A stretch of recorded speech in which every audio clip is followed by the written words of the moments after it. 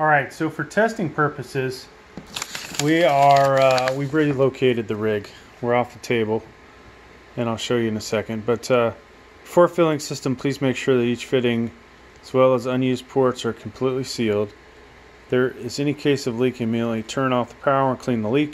If there's any related electronic parts stained on liquid coolant, make sure to completely dry and dry the components. And then make sure they all work well. So maybe this stuff's corrosive, I don't know. After switching off the power supply, connect the PSU power cord and product cables. So there's our little tester.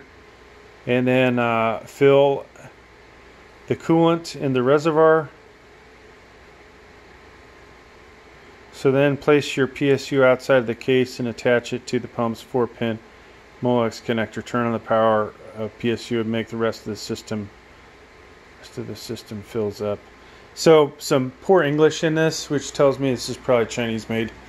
So what we have here, folks, is we've moved over to this is my studio kitchen here, and so it looks like we're gonna fill right there. And so this isn't ideal the way this is laid out. Hell, we may get some air in here, who knows. At the end of the day, at least it's near the sink, right? And I may put everything in the sink in case this thing leaks. So you may see part of it over here, part of it there. Probably the safest thing I can do. Now, I've got one of my, maybe not my favorite PSU, but in fact this is 850 watt. Should probably find a different one. But yeah, we'll use that. We'll get this going. I'll show you what it looks like. Alright, so some parts of this are going to probably be done out of order. I'm going to put this on. Hard to do with one hand, but this thing can only go on one way. Let's see if I can do this with one hand.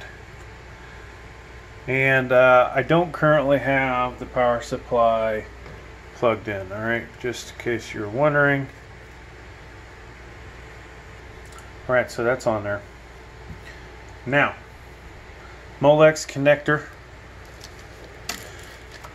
which of course we have SATA power, so we've got to find a peripheral. Here's our peripheral cable, which has 3 SATAs on it. So we'll plug this into the power supply. So there it is, plugged in. And just as a safety precaution, we've got this in the off position, so when I do plug this in, it will not be on right off the bat.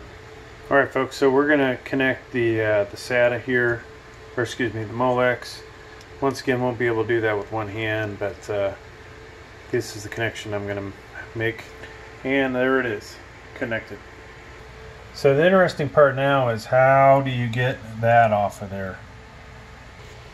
Okay, so some of you are probably stronger, but I had to use the good old pliers to get it started. And now, actually I still need to use the pliers. Alright, so this is coming out. We do have something to protect the sink or whatever from dropping mechanical parts in there.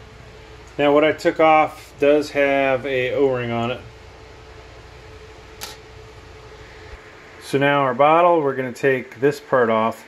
I do kind of wonder if I were to insert this into the fluid, if it would, and squeeze it, if it would suck up enough fluid that I wouldn't have to do this. But we're just going to go ahead and pour it in here.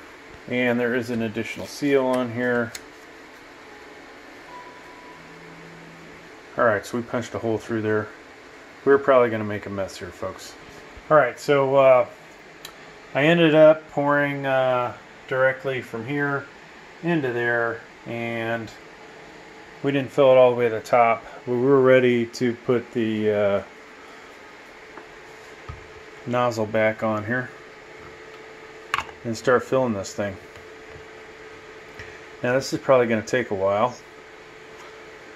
So now that we have this, we can basically put that in the hole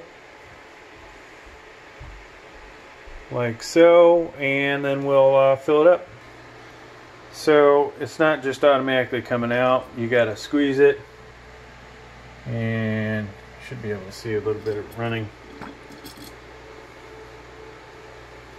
So there's probably a lot better ways to do this.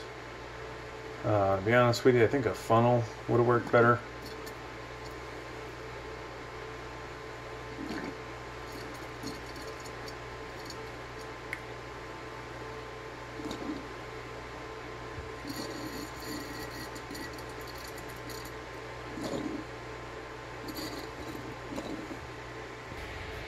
So still at it, folks. This is going to take forever. Got to be a faster way to do this. Definitely got to be a faster way. Alright, so the reservoir is actually just about full. We've got to push some of this fluid through some of the tubes.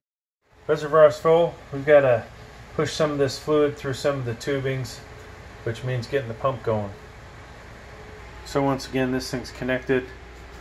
We're going to hit the power button here.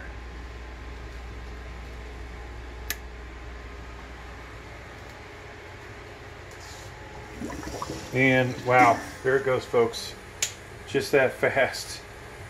There's no more fluid in there. So you saw how it shot the fluid all the way up into the radiator, and now we've got to fill more into the reservoir. But yeah, so that's pretty much going to do it. If there is any leaks, you'll see some more footage after this. Otherwise, you know, that's going to complete the test. Thanks for checking out the video. Please like, please subscribe. Thank you. So you can see the different places the fluid is accumulating. Obviously, it'd been a lot easier if I didn't have so much tubing. And I almost have enough in there that it will actually pump it all the way around. So you're going to see, come on, fluid goes in, right? So we only have a little bit more fluid. We're getting a lot of air bubbles, so that's not a good thing. But we are getting close to having enough fluid in there. See all those bubbles? That's not good. But it is definitely getting there. I don't see any leaking, which is you know, good. Obviously, you definitely don't want that. Down here, now I did spill some with the nozzle, but other than that, folks, looking pretty good. I kind of wish, you know, I would get motivated to turn this into a cooling loop for the CPU and the GPU. So we'll see. Maybe it will become that. But once again, thanks for checking out the video. Please like, please subscribe. Thank you.